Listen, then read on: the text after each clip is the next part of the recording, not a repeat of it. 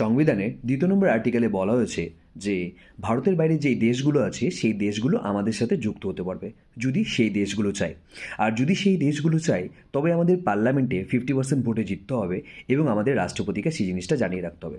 ঠিক এইভাবেই সিকিম আমাদের সাথে যুক্ত হয় 1975 সালেই 36 নম্বর সংবিধান সংশোধনের দ্বারা।